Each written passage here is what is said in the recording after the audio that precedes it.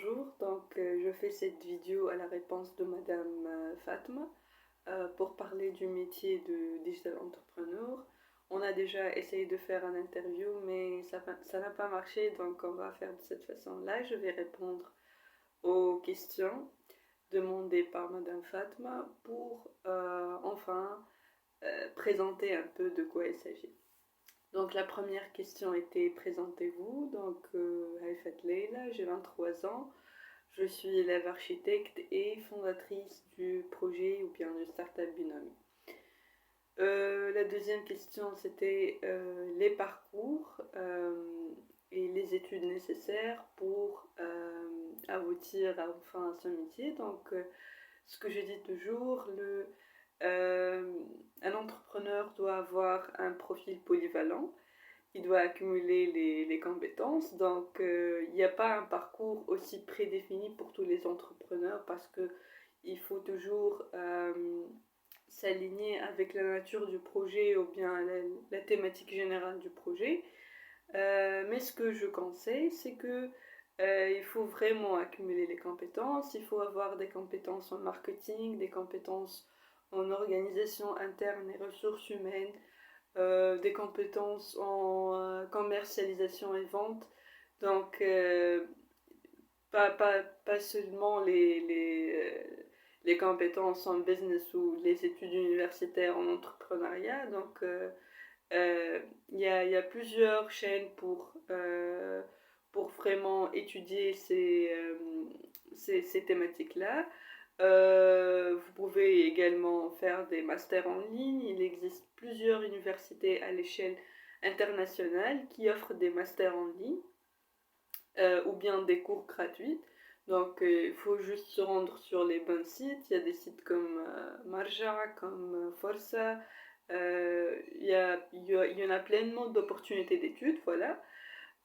Vous pouvez aussi avoir des certifications dans les domaines ou les compétences qui sont nécessaires à votre parcours d'entrepreneur sur les sites qui offrent des cours comme EDX, Coursera. Il y en a pleinement d'opportunités d'études.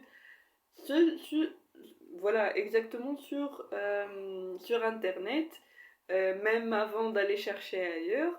Donc, euh, ça c'est un point très important. Sinon, à l'échelle académique en Tunisie, vraiment un entrepreneur peut avoir un diplôme en tout filière possible parce que c'est déjà le fait, c'est quoi le fait d'être un digital entrepreneur? C'est de digitaliser un service ou bien digitaliser un besoin humain. Ça peut varier de l'éducation à la médecine, à plusieurs autres filières. Il y a déjà le noyau qui porte sur un autre thème, et puis il y a l'outil ou bien le moyen qui est l'entrepreneuriat digital pour améliorer le service et pour venir à un maximum de customers ou de clients d'une façon euh, plus continue, disons, et plus accessible parce que ça va être digital et en ligne. Voilà pour les études. Déjà, je conseille tout le monde d'essayer d'accumuler des compétences pour pouvoir gérer enfin un projet innovatif et un projet de nouveau qui aura bien sûr également un nouveau type de business operating system. Donc la deuxième question, le financement, autofinancement ou crédit de banque. Alors, pour l'écosystème tunisien, il existe plusieurs chaînes de financement. D'abord, je vais commencer par l'autofinancement. C'est très important de partir déjà avec un petit montant personnel comme fonds de roulement pour ne pas tomber dans l'épuisement de budget. Donc, euh, au cours de création de prototypes ou bien au cours de lancement de projet parce que ça va vraiment nuire et retarder le lancement. Donc, il faut commencer déjà par un montant qui est assez bien. Sinon, je conseille très fort les prêts notre propre network. Donc c'est beaucoup plus rentable et beaucoup plus intéressant que les prêts à la banque. Parce qu'à la fois, vous avez déjà convaincre votre entourage avec votre projet. Et puis, c'est un investissement qui va être rédigé sous un contrat, disons, social que vous approuvez avec l'autre personne. Il y aura toujours du soutien parce que il fait partie de votre entourage, donc c'est vraiment plus rentable qu'un prêt à la banque. Alors sinon, pour les financements des organismes externes, il y en a plusieurs types de financement. En premier lieu, l'État aussi cherche parfois à aider ces initiatives euh, innovatives, surtout comme il est clair pour les entrepreneurs digitales. Donc, elle a installé la loi Startup Act pour donner un label de start-up aux projets qui sont vraiment dans l'échelle de l'innovation. Et puis ce label permet aux entrepreneurs de bénéficier de plusieurs avantages, que ce soit financiers ou bien juridiques. Il y a ça de la part de l'État. De la part des banques privées, pour les financements, il existe deux types. Il y en a les microcrédits. Ce sont des prêts un peu réduits en montant, offerts par des banques qui se spécialisent dans ces microcrédits, comme Enda par exemple. Ils ont plusieurs programmes pour financement des petits projets. Et il y a aussi les crédits des banques normaux, donc vous pouvez aboutir à des montants beaucoup plus grands, bien sûr, toujours selon les besoins du projet ou les besoins euh, de votre start-up. Donc, mais il faut toujours faire des études assez poussées pour pouvoir convaincre ces banques-là d'investir dans votre projet. Il y a aussi les organismes de soutien des startups, mais qui sont privés, non pas étatiques. Donc, on les appelle les incubateurs et les accélérateurs. Euh, Ils sont intéressés à, disons le mot il est là déjà, à incuber les idées ou bien les projets en phase de ideation pour les incubateurs. Et les small business en early stage pour les accélérateurs. Un soutien financier, mais bien sûr aussi de formation. Il y aura peut-être des suivis, après même le programme est fini, des formations, des aides non d'ordre financier, mais d'ordre de produits ou bien locaux pour travail pour l'équipe du projet et tout ça. Donc, il y a tout un programme qui est rédigé par chaque incubateur ou accélérateur, comment il va euh, incuber ou accélérer un projet, ou comment il va suivre et comment il va aider dans le lancement de ce projet-là.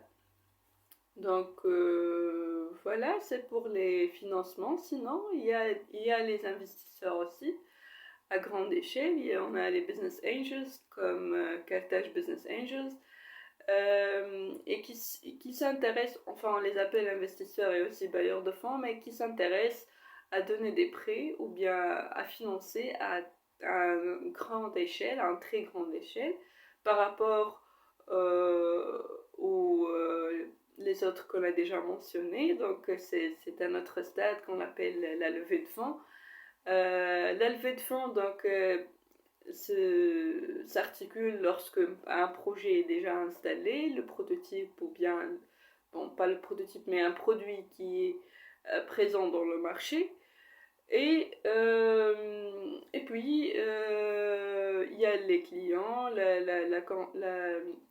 la constitution juridique est établie, donc les investisseurs ou bien les business angels, ils donnent des fonds au projet pour se lancer vers un autre état, disons, ou augmenter très très bien leur chiffre d'affaires ou passer à l'international.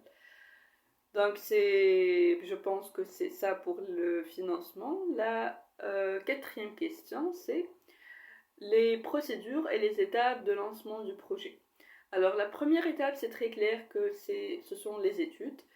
Il faut faire des études sur le marché, des études sur le produit ou bien le service que vous allez offrir en lui-même, en termes de historique du besoin, est-ce qu'il y a des projets similaires, comment vous allez réaliser ou bien conceptualiser votre projet techniquement, et puis les études financières, comment vous allez monétiser votre projet, ça sera quoi votre plan d'affaires pour avoir un projet aussi scalable et pour couvrir vos besoins et passer dans l'état de surplus. Donc, il faut vraiment faire des études, de très bonnes études, ou bien faire des échantillonnages de statistiques sur sur un très bon nombre de personnes ou clients potentiels ou acteurs, si vos clients ou bien vos customers ne seront pas des personnes physiques. Donc, après, il faut penser à passer vers le prototype, parce que pour convaincre des banques ou bien des organismes de financement ou même une personne de votre entourage pour vous donner des prix, il faut avoir un prototype.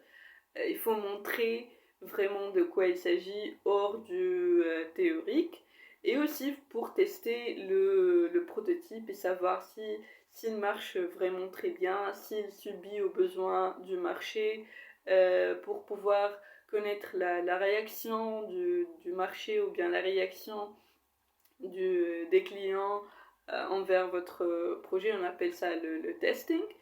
Donc, voilà, il faut passer à la conceptualisation et la production d'un prototype et le tester. On appelle ça MVP, Minimum Viable Prototype. Donc, pour vraiment aboutir à cette étape-là, soit vous êtes vraiment spécialisé dans le domaine et vous maîtrisez le domaine que vous souhaitez avancer, ou bien vous constituez une équipe qui va vous aider à concevoir le prototype. Je suis sûre que certains prototypes auront besoin de matières premières et des matières premières soi-disant d'ordre physique ou bien même morale. Donc, comme j'ai dit, il faut commencer toujours par un fond de roulement personnel, voilà, exactement, pour pouvoir créer ce prototype-là. Donc, après la création de prototypes et les tests du marché, bien sûr, je parle toujours, cet ordre chronologique, il est une déduction de ma propre expérience à Binomi. Donc, il y a d'autres chemins à prendre, je suis sûre, mais d'après mon expérience, c'est le chemin le plus certain et le plus court des uns.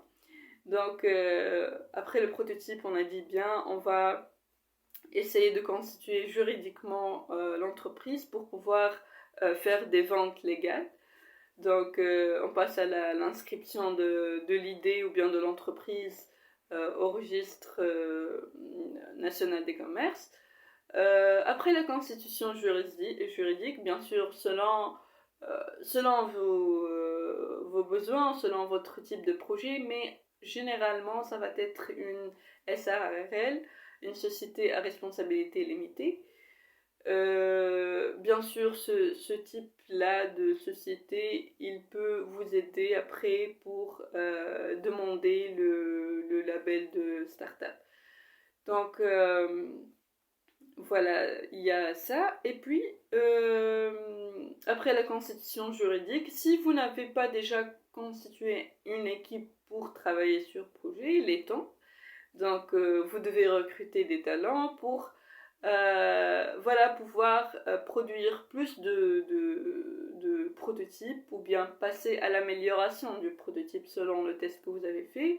Et la commercialisation, bien sûr, vous devez présenter ce produit au monde pour qu'il consomme déjà. Donc, on a le volet marketing que vous devez travailler sur et le volet finance ou bien finance et légalité. À ce stade-là, ils seront pas trop compliqués. Donc il y a généralement ces départements-là, le département du marketing, le département technique de production, le département d'organisation interne si vous voulez, et voilà un dirigeur qui dirige tout ces actions-là et ces procédures. Donc voilà, je pense que c'est ça. Après vous allez passer à autre chose. Donc vous allez déjà une entreprise constituée, vous allez une équipe, vous avez un prototype ou bien un produit sur marché, vous connaissez comment vous allez améliorer votre produit ou bien service. Donc vous êtes là au stade de levée de fonds. Vous devez faire une levée de fonds pour passer aux prochaines ou bien au next step dans votre projet. Donc voilà, je pense que c'est ça les questions. Ce que je vous conseille, c'est ne me fiez pas, même si les procédures semblent un peu compliquées et le financement il est un peu difficile, mais vraiment il faut commencer avec son projet. Surtout d'entrepreneur digital parce que vous savez que l'entrepreneur c'est digital et le futur est en lui-même c'est digital maintenant, donc il faut juste arriver à ce futur, il faut être une partie ou bien des acteurs du futur. Voilà, commencez, même si vous n'avez pas des fonds, même si vous n'avez pas une équipe ou bien les facteurs clés de succès d'un projet à son début, parce que le plus tôt que vous commencez, le plus de insights que vous allez avoir sur le marché ou bien sur ce besoin exact, et donc ça rentre toujours dans l'amélioration de votre service et de votre produit. Sinon, il y a autre chose qu'on appelle le lean management. Donc, vous n'êtes pas redevable de commencer grand. Vous n'êtes pas redevable de mettre le prototype le plus parfait sur le marché. Vous pouvez commencer par des échantillons, des petits échantillons, et puis vous l'améliorez au fur et à mesure de votre exécution sur le marché, bien sûr selon le feedback des utilisateurs et le feedback même des personnes connaisseurs que vous croisez. Donc voilà, c'est ça. Comme j'ai dit toujours, je parle d'une expérience personnelle. Donc peut-être il y a plusieurs autres chemins à prendre. Bon courage et ayez confiance en vos rêves et vos projets. Et c'est tout pour la vidéo. Avant de partir, je vous invite tous à visiter la plateforme dont j'ai parlé, Binomi. Donc, vous êtes des étudiants déjà, donc ça va vous aider à trouver des binômes pour vivre dans un certain état d'harmonie. Et puis, vous aurez une idée un peu de quoi il s'agit, un prototype dans le domaine l'entrepreneuriat digital, qu'est-ce que ça veut dire un prototype, comment il fonctionne. Et si vous avez n'importe quelle question par rapport aux plateformes ou par rapport à sa création, vous pouvez me demander à tout moment. Donc la plateforme existe sur www.binomi, B avec E comme B, binomi.com. Merci beaucoup et je vous souhaite tout le succès.